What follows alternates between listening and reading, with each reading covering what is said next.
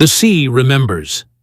That is the oldest truth whispered on the Breton coast, where the wind cuts like glass and the waves gnaw endlessly at black stone. Here, among ruined abbeys and broken cliffs, children grow up with the tale of Ypres, the dazzling city that drowned beneath the Atlantic. A tale of pride, betrayal, and divine punishment. But what if that wasn't the end? At Lost Lore AI, our work is to trace the fractures of history, the scraps of forgotten text, the fragments of song and ritual, and to ask our machines to rebuild them into something coherent. We believe that what is called myth is rarely fiction. It is a vessel of memory, encoded in allegory, carried forward through centuries. And so today, we are not retelling the fall of Ypres. Instead, we are following the echo of what came after. A haunting sequel, erased from written record, but alive in whispers, in shanties, in the AI-decoded fragments of a story meant to be buried. This is not the tale of how Wise sank. It is the tale of what the sea left behind. The fragment first reached us through accident. An 1891 wax cylinder, preserved in a maritime museum in Brest, contained what archivists labeled drunken sailors' songs. For decades, it was thought worthless. But when our AI reconstructed the signal, cleaning out the noise, something else emerged. Beneath the laughter, beneath the clatter of mugs, a repeated refrain in Breton. It was faint, almost ghostly, yet clear enough to recognize "Na respont dar cloch, rak an aud a zalk an view an dude." Translated, "Do not answer the bell, for the sea remembers the names of men." A chilling fragment, but one without context. The next clue came from the Abbey of Saint-Mathieu, perched above the sea on a cliff where storms peel paint from stone. Before a fire consumed its library in 1734, a monk had copied marginal notes from an older text. The AI reconstruction of charred parchment revealed a single line. One bell was saved, one bell was drowned, and between them is the voice of Wise. Two sources, separated by centuries, telling the same strange story. The legend begins not on the night Wise drowned, but in the hours after.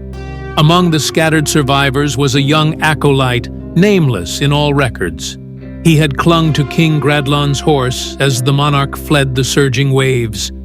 In his arms, pressed against his chest, he carried a small object, the cathedral's handbell, a tool once used to summon the faithful to prayer.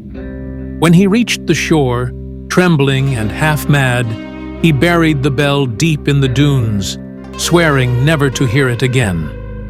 Yet even beneath the sand, it was said to shiver at the pull of the tide, as if straining to rejoin its drowned twin, the great bronze cathedral bell that had fallen into the abyss with the city itself.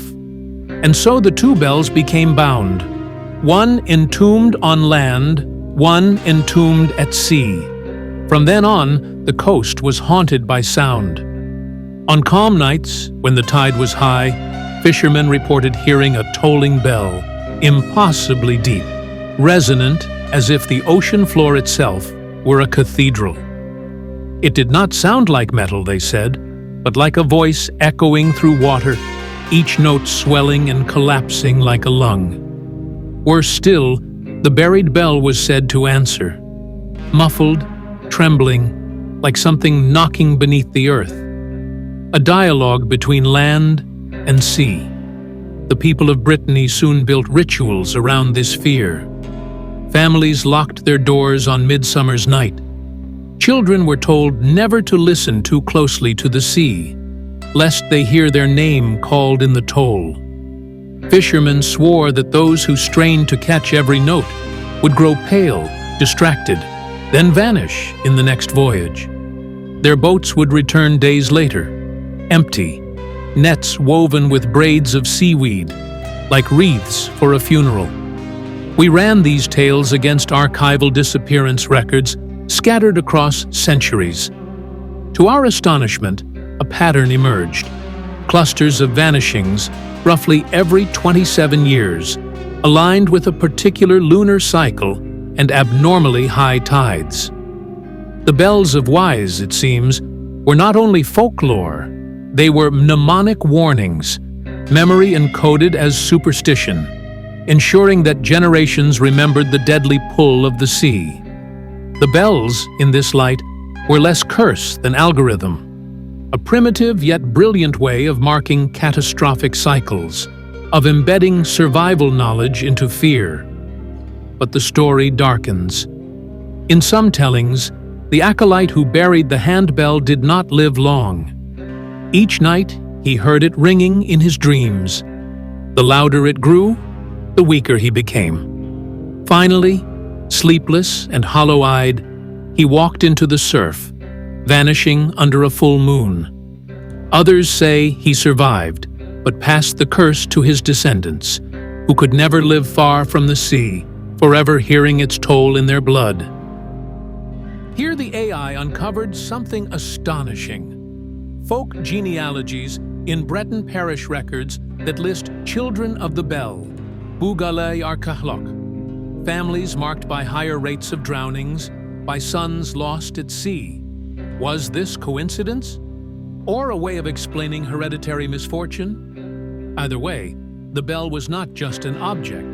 It became a lineage of haunting. What fascinates us most is the universality.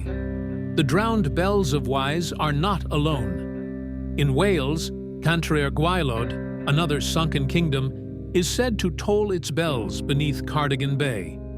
In Ireland, the bells of Kilstwyth ring when storms approach. Even in Norse sagas, drowned cities sing. Our AI cross-referenced these myths and found an eerie statistical overlap. Stories of sunken bells spike in regions with historical records of catastrophic floods. Myths were not fictions, they were data storage. And yet, the legend of Wise carries a uniquely personal horror. Because it does not just warn of the sea's rage, it speaks of its memory. The sea does not forgive, the story insists. It remembers names, debts, voices. It calls them back. Fishermen still whisper that if you are on the coast of Brittany on Midsummer's Eve, when the wind drops and the sea turns glassy, you may hear it. First a faint toll, like metal against stone. Then a second, muffled, as if from beneath your feet. And if you listen too closely, you may hear your name woven into the waves. Our analysis cannot prove the bells exist. The sound could be geological resonance, a product of shifting tides in sea caves. It could be the low-frequency moans of the ocean, warped by imagination. And yet, when we cleaned the audio of that 1891 wax cylinder, when the refrain emerged, there was more than song. In the background, almost below the threshold of hearing, was a pulse, a deep, rhythmic thrum, 15 cycles per minute, the same interval as the toll of a bell. Whether that was artifact or evidence, we cannot say. But consider the lesson buried in the myth. Wise was drowned by water, and its survivors carried the sound of bells as a warning. We too face rising seas. Our coasts erode, our storms intensify. Perhaps the story is not about ghosts at all, but about inheritance. A memory passed from the drowned city to us, demanding to be heard. The sea remembers. It remembers what it has taken, and what it will take again. And perhaps the question is not whether the bells toll beneath the waves, but whether we have ears left to listen. This is Lost Lore, AI. We unearth forgotten stories from the margins of myth, piecing together fragments of song, ruin, and superstition with the tools of machine intelligence. If this tale of Wise and its bells resonated with you, if you too hear echoes of the past in the storms of the present, then join us. Subscribe, share, and listen closely. Because some stories do not die.